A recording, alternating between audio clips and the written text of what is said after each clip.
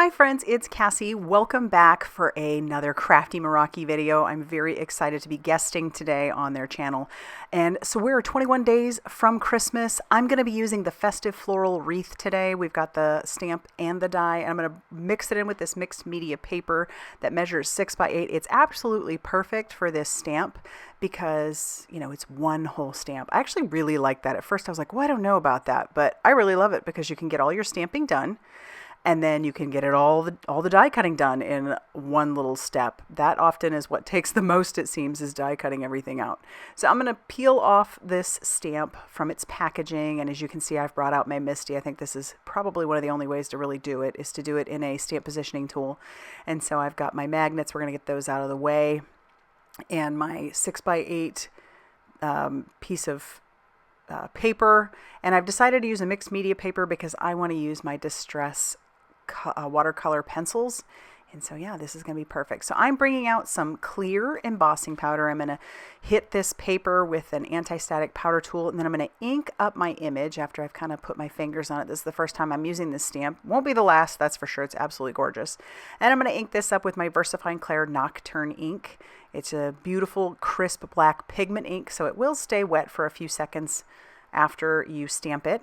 And so I'm stamping that down. And I'm going to need to stamp this a couple different times just to make sure that I hit all the spots. You can see there's a couple where I didn't push hard enough. And so I'm going to ink it up again because I want that black to be nice and crisp and dark. All right.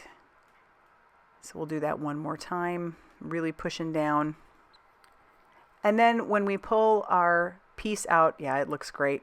We're going to then use our clear embossing powder over the top of it. Like I said, this is the ink I used is a pigment ink, so that clear embossing powder is going to stick perfectly to it, and it's going to give a nice little ridge to your images and your sentiments. And then when you go to watercolor, which is what I'm going to be doing, it'll stay kind of in their own little wells. So we're going to hit that with our heat tool, and you can see it's changing from that matte, like subdued, to that dark, crisp, shiny black. All right, I kind of forgot to hit my record button when I started coloring, but yes, I'm using my Distress watercolor pencils, and I'm using a water brush, and I like to put the color down in heavy doses, kind of where I think it's going to be darkest, and then I drag that color out with my water brush. There's actually a couple different ways to do that, but since this paper has those ridges, I do have to combine the couple different ways that I like to color. One of them, putting some of that color down, and two, I'm going to bring my water brush right to my pencil as well in some occasions, or in some instances. So as you can see, I already sort of colored the poinsettias. I did those with some speckled egg, so it's a very, very light bluish color. I wanted my poinsettias to be white. I'm kind of going for a blue aesthetic with, you know, the hints of the green and the brown for our little pieces of cotton. And so I'm going to wipe off my brush in between on my rag, and then we'll drag that color. In some of those areas, because the lines are very close together, you do have to bring your brush to your pencil and pick up the color that way, because it's just not going to work since those have ridges. My cotton's almost done. We're going to come in with some fossilized amber, and I couldn't tell you which kits or which sets exactly I'm using. I think I'm using like between 1 and 3 this time around. Yes, I went ahead and I've dove right in, and I have all 6 sets now because they're just beautiful and they're fun to play with, very fun to color with. So here, especially the centers of the poinsettias, I'm having to pick that color up from the pencil. It's just the lines are too close together. I can't get that pencil in there. And then we're going to bring in some of that lost shadow, just to use a little bit of that on our cotton. And once again, going to drag that color out. I want the cotton obviously to be mostly white, but towards the base of the cotton, it's going to be a little bit darker. Just a fun little way to add a little bit of shadowing and shading. Adds dimension to your piece as well.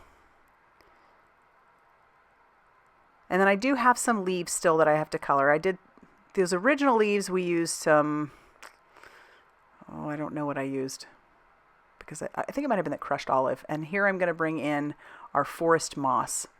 So once again, putting that color right on the paper and dragging it out.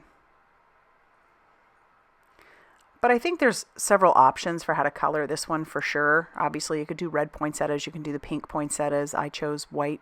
I think I'm saying it wrong. Somebody will probably correct me. Poinsettia? Poinsettia. Either way, these are beautiful. And I really love this wreath.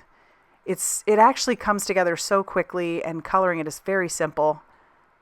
Sometimes those big images can be a little bit intimidating, but this one was so simple. Once you start, like I started with the biggest part, the leaves, the hollyberry leaves, it's easier to go through.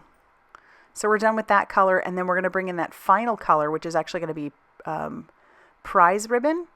I'm using that on the berries, and I'm going to cover those berries mostly, but I do want to have a base of color for the areas that don't get, or that are still exposed. You'll see what I mean when we get to that point. But now that I'm done with all of those berries, we can bring in our matching die. The benefit to having this be all one stamp set is then you have just the one die. And so you have to only run it through your die cutting machine one time to get not only your image, but all those different sentiments. So you've got warm winter wishes, fa la la, Christmas, which you could combine with Christmas wishes, season's greetings, joy. And I'm going to end up using season's greetings. But yeah, just pass through once and then you have it all done.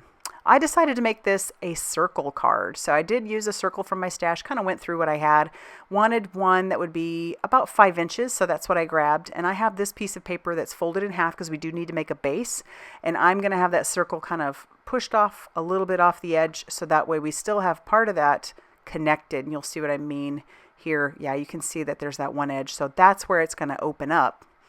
And you need that, or it's not a card. I'm going to bring in some liquid glue, and we're going to put it directly on the base. This way you don't have any issue with extra glue if you start it on your panel.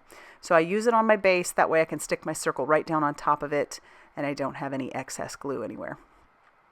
I'm also going to use glue on our wreath itself, and then we can just stick that right down. You could have fun with this, add some foam tape if you wanted. I end up using a very thin foam tape on the wording, and I want to make sure I have that on there fairly straight because I don't want the season's greetings to not be. So I've opened it up and kind of trying to line it up on my glass mat. Then I'll bring in some very thin foam tape. I've got just some excess pieces. I save it all because, who wants to buy the foam tape, right? That's not the fun part. I like to spend my craft money on the stamps and the dies and the goodies like the pencils and, embellishments. I don't want to have to spend it on glue or foam tape. So yeah, I use even the excess pieces. And then I'm going to stick down the word seasons, and we'll do the same thing with the word greetings. And then we have this fun shaped card that will fit perfectly inside of a 5x7 envelope. Going to have a little bit of excess room on one side, but that's, that'll be okay. It ends up being a 5x5 circle. And then I'm going to bring in these beautiful jewels. These are the Sapphire Night Dewdrops, and there's lots of different sizes. This is what I was talking about. I end up using a pickup stick, and I just put a bunch of those different sizes on top of the berries, and I even put a few in the center, but I just had the best time covering those berries with some of those embellishments. That sapphire is just gorgeous. And I love the added touch that it gives this card. So once I'm done putting all of those on the berries, and like I said, there's lots of different sizes. You have big ones and you have some very tiny ones, some medium-sized ones. It's super fun. It's a great mix for sure. And then that's going to finish off my card for today. So yeah, 21 days away from Christmas. Are you ready? I know I'm not, but anyway, yes. I hope you liked this video. If you do, hit that like button. Definitely consider subscribing if you haven't already done so. And be sure to check out all that Crafty Meraki has going on over on their blog, Facebook page, and Instagram for more crafty inspiration. Thanks for stopping by, and we'll see you soon.